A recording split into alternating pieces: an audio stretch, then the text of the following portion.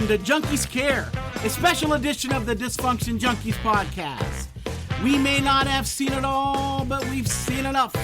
And now, here are your hosts, Chrissy and Carrie. Hello, Junkies. I'm Carrie. And I'm Chrissy. And it's another month for Junkies CARE. It's February 1st. February 1st. So, Chrissy, I have a few questions to ask you. Okay. How's your heart? Good, I guess. It so far hasn't given me too much trouble, so... It's ticking on you pretty good? Ticking on me pretty good. It's very important, and I appreciate my...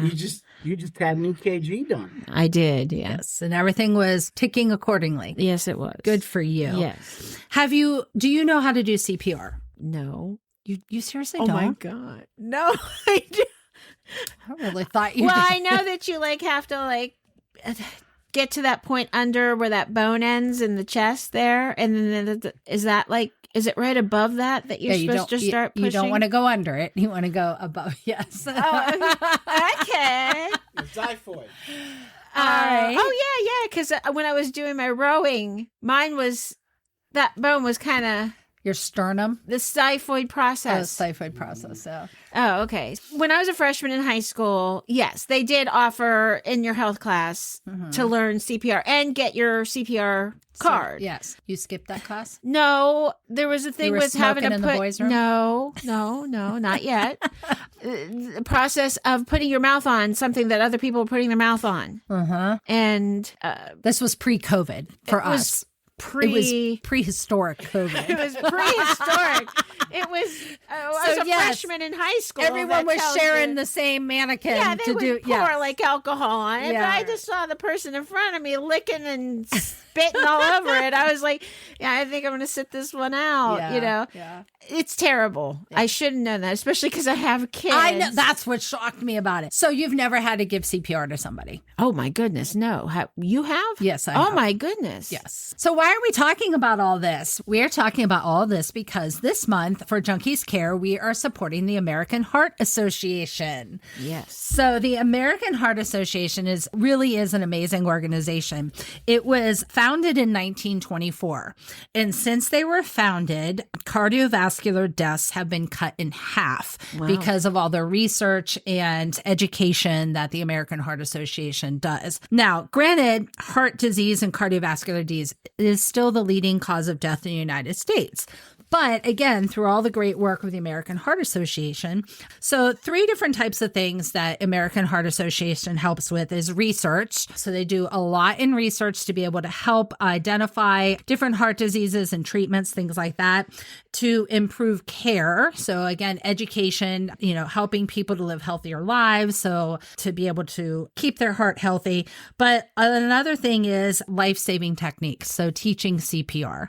All of this is part of their initiatives. And then some interesting facts that every 34 seconds, heart disease claims another life. I was kind of surprised. I mean, I knew it was a leading cause of death, but to think about it, every 34 seconds. Right. So anyways, you asked if I've done CPR. Yeah. Yes. I am CPR certified, was certified when I was in college early because I had to take a lifeguard training course to pursue my career of working with aquatic animals at that point in my life. So I had taken lifeguard class, and in that we got CPR certified. And probably within 3 weeks of that happening, my second husband at the time and I were at a nightclub that was it was mostly the people that were there were all hearing impaired. It was a group of friends that we had that were deaf or hard of hearing. And so we were at a club with them.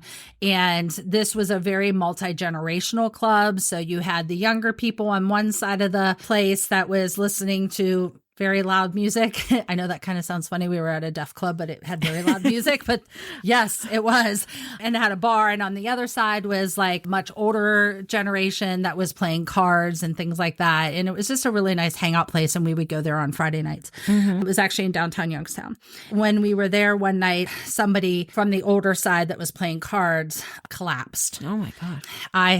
Me and one of the other people that was there started doing CPR on this person. Had to help help mitigate when the paramedics came, because there was only about 3 of us in the room that were hearing and could sign. So not only was I doing CPR, but I was trying to interpret for the paramedics what was going on with the room and with the wife and of the person that, unfortunately, the person had a major stroke, and nothing we did or could have done would have saved him. But the family that was there, the wife that was there, and the friends that were there, at least felt in that moment that he had every opportunity if he was going to survive. Because they say that one of the things about CPR is it's that initial care immediately is what can make the difference. So, having that skill of CPR was, it's crucial. It literally is a matter of life and death. And I encourage everybody to take a CPR class.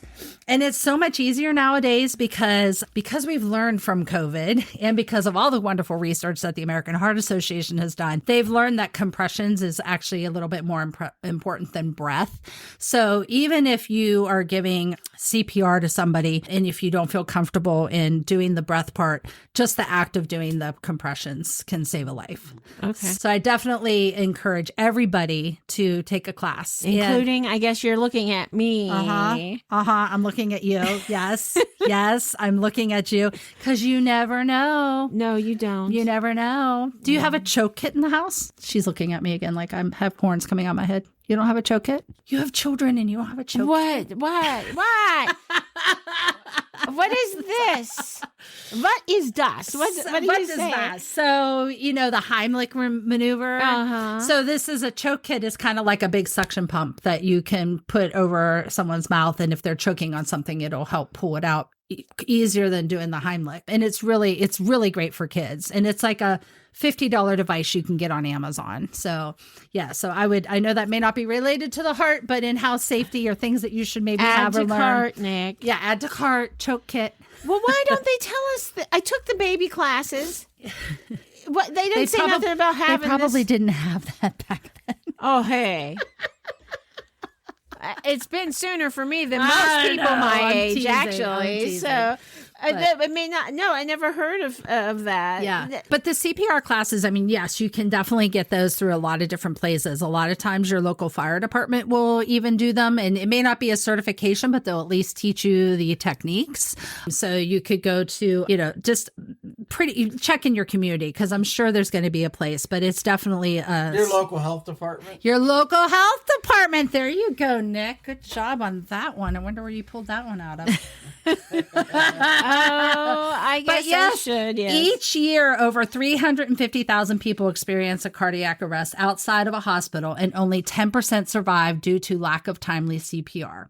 So, American Heart Association trains 22 million people annually, doubling the survival rates. It's important. It's important. And the American Heart Association is very important. It is very important. So, there's so many ways that you can help support the American Heart Association. They obviously have a donation on their website where you can donate funds in tax. It can be tax deductible funds. You can do it in honor and memory of somebody. You can donate online. And then you can also just help by sharing the word about, the importance of CPR safety, the importance of heart health. They often have different 5K walks that you can participate in to support them in their mission and also spread the word. So we always have a team. You have a team for the heart? Yeah, my daytime job, we have a team, our agency, yeah. Yes, but definitely worth going to. So share your input on American Heart Association. Anything else you got there, Nick? No, we send a team every year, and it's for a walking event they have locally here at the high school. We participate, we send a team every year. I've actually honestly have not had a chance to go in person because it always tends to be around the time that I have a conference that I have to attend every year. But we do, a lot of our staff go, and we raise money for the American Heart Association. So the American Heart Association spends about $6 billion a year investing in research funding. And because of that, there's been a reduction of deaths from heart disease by 15% just since 2018. Train 22 million people a year in CPR. And let's see, 12 million people a year. They reach out and teach nutrition. And they also have helped in the reduction of deaths from stroke by 13.6%. So great organization. Very great. So we appreciate everything they do. And they've been doing it for over 100 years now. Yes, they have over 100 years. They had their 100-year anniversary a couple years ago. Exactly. So being that we're in the month of February, the month of love. Love your heart. So we thought yes, exactly. Love your heart. Support the American Heart Association. And we look forward to you guys tuning in the rest of the month and see what other love antics that we have for you. Yes, please do. All right. Bye-bye. Bye, everybody.